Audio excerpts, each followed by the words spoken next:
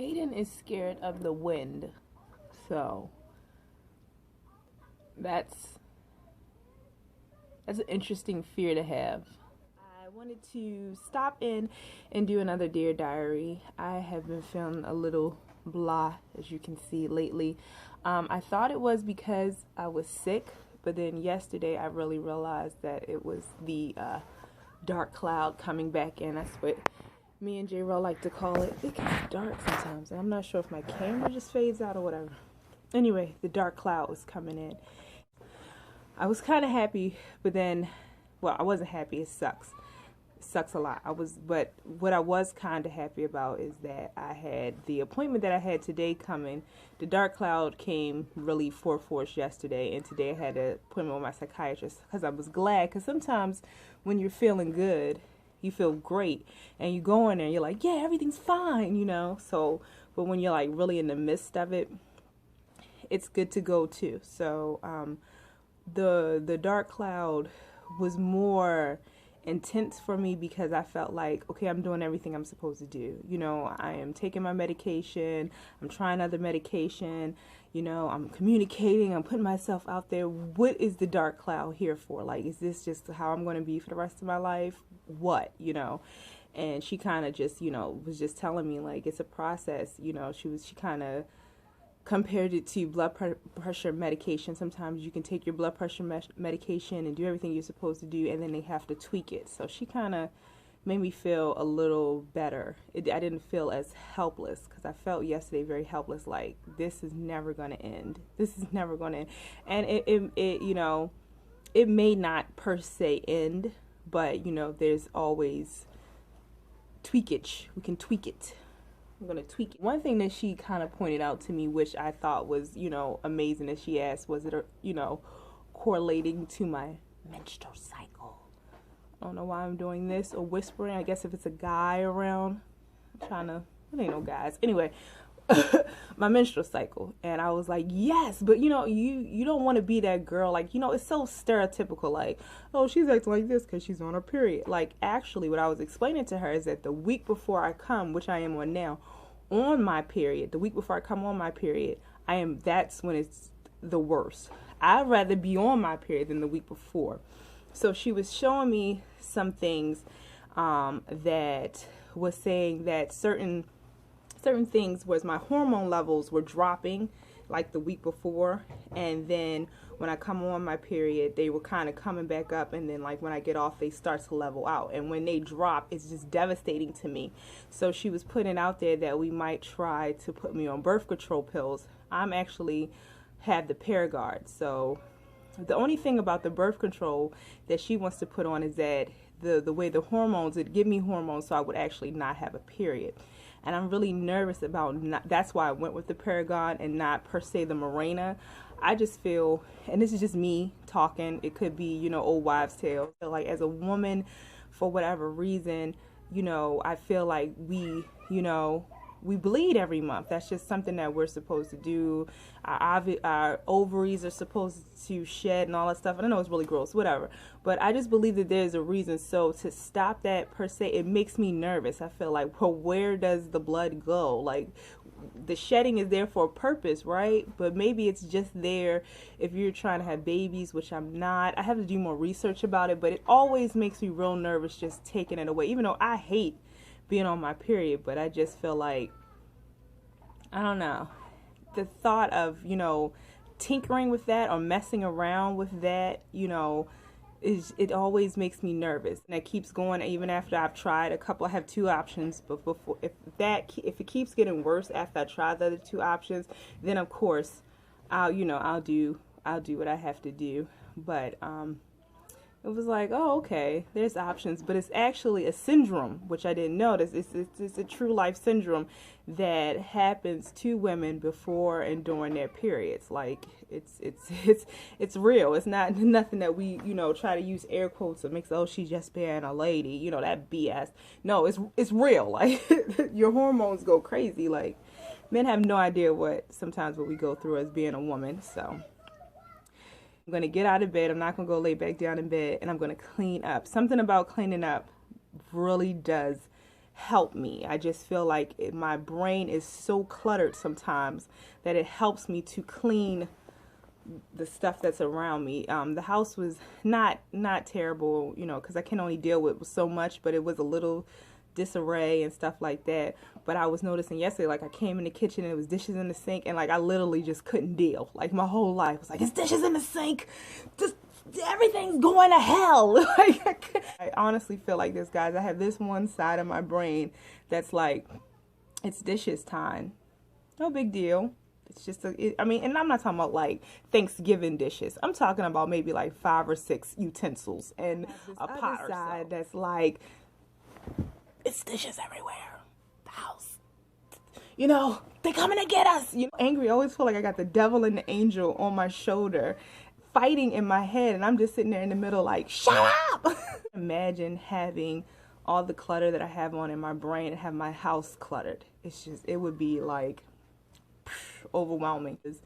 It's not just me. It's not just me. J-Roll is here, and it just makes me feel like sometimes I just really, like I was telling him yesterday, I feel like a burden. I really wish it was just me, because then it just wouldn't affect other people. I do wish it was just me, but you know, God did not meant for man to be alone, so I try to tell myself that. But you know, it's just watching Empire. Let's talk about something else. Empire's coming on tonight.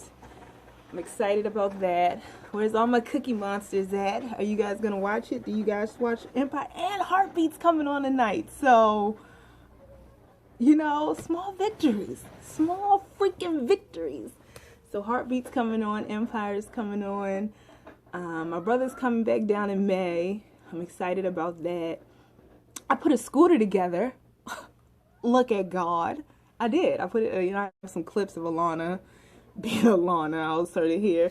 But yeah, I put Ava, one of the doctors, which we're so blessed, but one of the doctors at Miss Vicky's job at Harbor, she, they always give the girls stuff. So they gave the girls a scooter.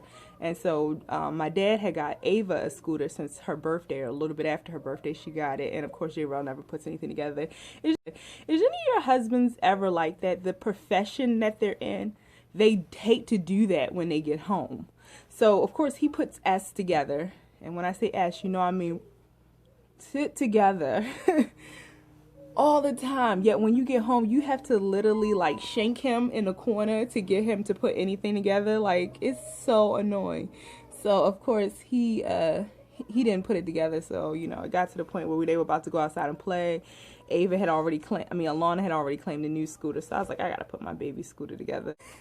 I don't know. Is this an extra? I pray it's an extra.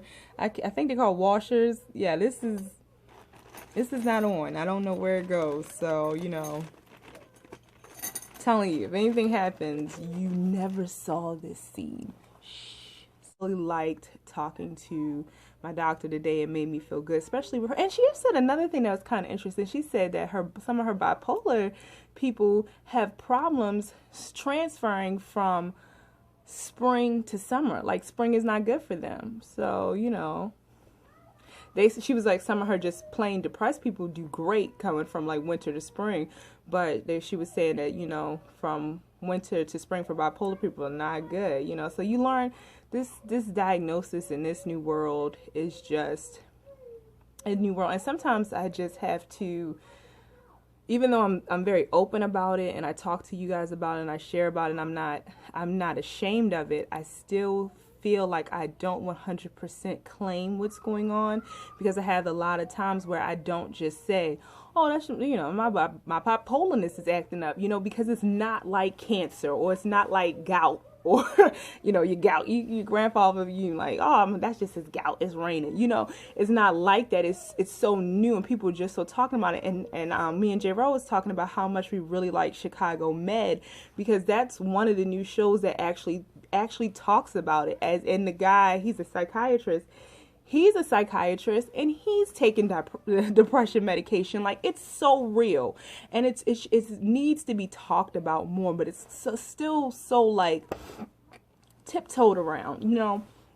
So even with myself, the first thing I go is, well, why can't you fix it? Well, why, why didn't you fix it? Instead of going like, oh, something's wrong. If I had any other disease, if I had cancer or anything and I felt bad, I'd be like, hey, doc, I'm having a flare up or I'm having something, and I would be okay with it. But still with this, because it's your mind and you just feel like you should be able to control your mind for whatever reason, you should be able to control your mind, then it's still very hard for me to be like, that's what this is, to say it and own it. The first place I go is, well, why are you doing this? Fix it.